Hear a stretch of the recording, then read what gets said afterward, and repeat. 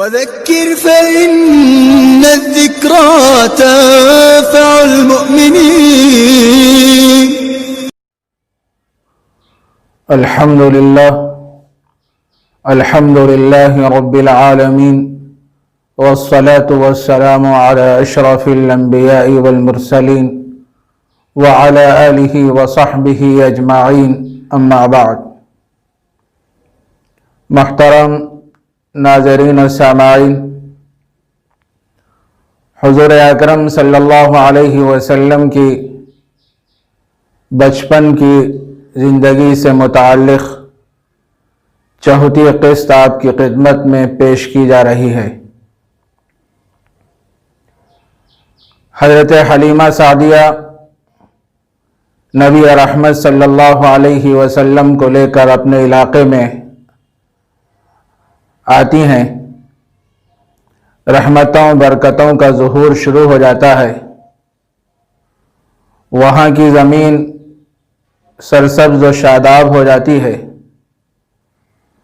بکریوں کے تھن دودھ سے لبریز ہو جاتے ہیں.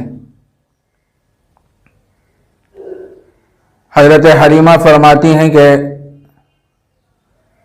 نبی رحمت صلی اللہ علیہ وسلم کی نشو و نما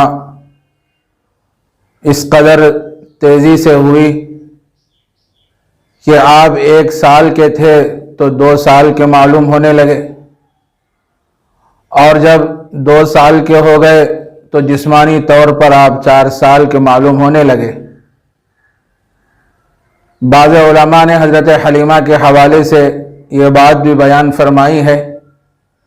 نبی اکرم صلی اللہ علیہ وسلم 3 ماہ میں بیٹھے، 9 ماہ میں چلے، اور 10 ماہ کی عمر میں بکریاں چرانے کی خواہش کا اظہار کیا، اور 1.25 سال کی عمر میں تیر اندازی کے مقابلے میں حصہ لیا، اور 2.5 سال کی عمر میں آپ کشتی کے مقابلے میں شریک ہوئے. اللہ تعالیٰ نے آپ کو بڑا عجیب و غریب بنایا تھا. آپ کی نشو و نما اس قدر تیزی سے ہونے لگی. ایک دن حضرت حلیمہ کی بیٹی شیمہ کہنے لگی کہ امی جان، بکریاں بہت ہیں، مجھ سے سنبھالی نہیں جاتی، میرے ساتھ کسی کو بھیجو. حضرت حلیمہ فرماتی ہیں بیٹی، تم تو جانتے ہو گھر میں کوئی اور ہے ہی نہیں. ایک تمہاری ماں ہے، ایک تمہارے بوڑھے والد ہیں، ایک چھوٹا سا بچہ ہے جو گود کے قابل ہے. شیمہ کہنے لگی کہ امی جان، میں اکیلی نہیں جاؤں گی، جب تک میرے ساتھ محمد کو نہیں بھیجو گے اس وقت تک میں بکریاں چرانے کے لیے نہیں جاؤں گی. بہت اصرار کرنے لگی تو حضرت حلیمہ اپنی بیٹی سے فرمانے لگی، دیکھو تمہارے رضائی بھائی بہت چھوٹے ہیں، وہ چلنے پھرنے کے قابل بھی نہیں ہیں، تم بکریاں سنبھالو گی یا تمہارے بھائی کو سنبھالو گی؟ اس وقت شیمہ کہنے لگی کہ امی جان، اگر میرے ساتھ میرے رضائی بھائی کو بھیج دو گے تو بکریاں خود بخود سنبھل جائیں گی اور میں اپنے بھائی کو بھی سنبھال لوں گی.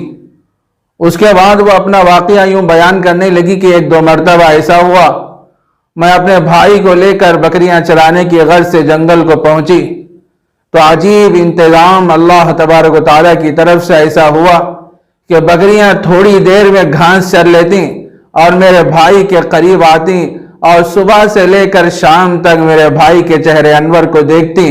اللہ تعالیٰ نے میرے بھائی کو ایسا عجیب و غریب بنایا.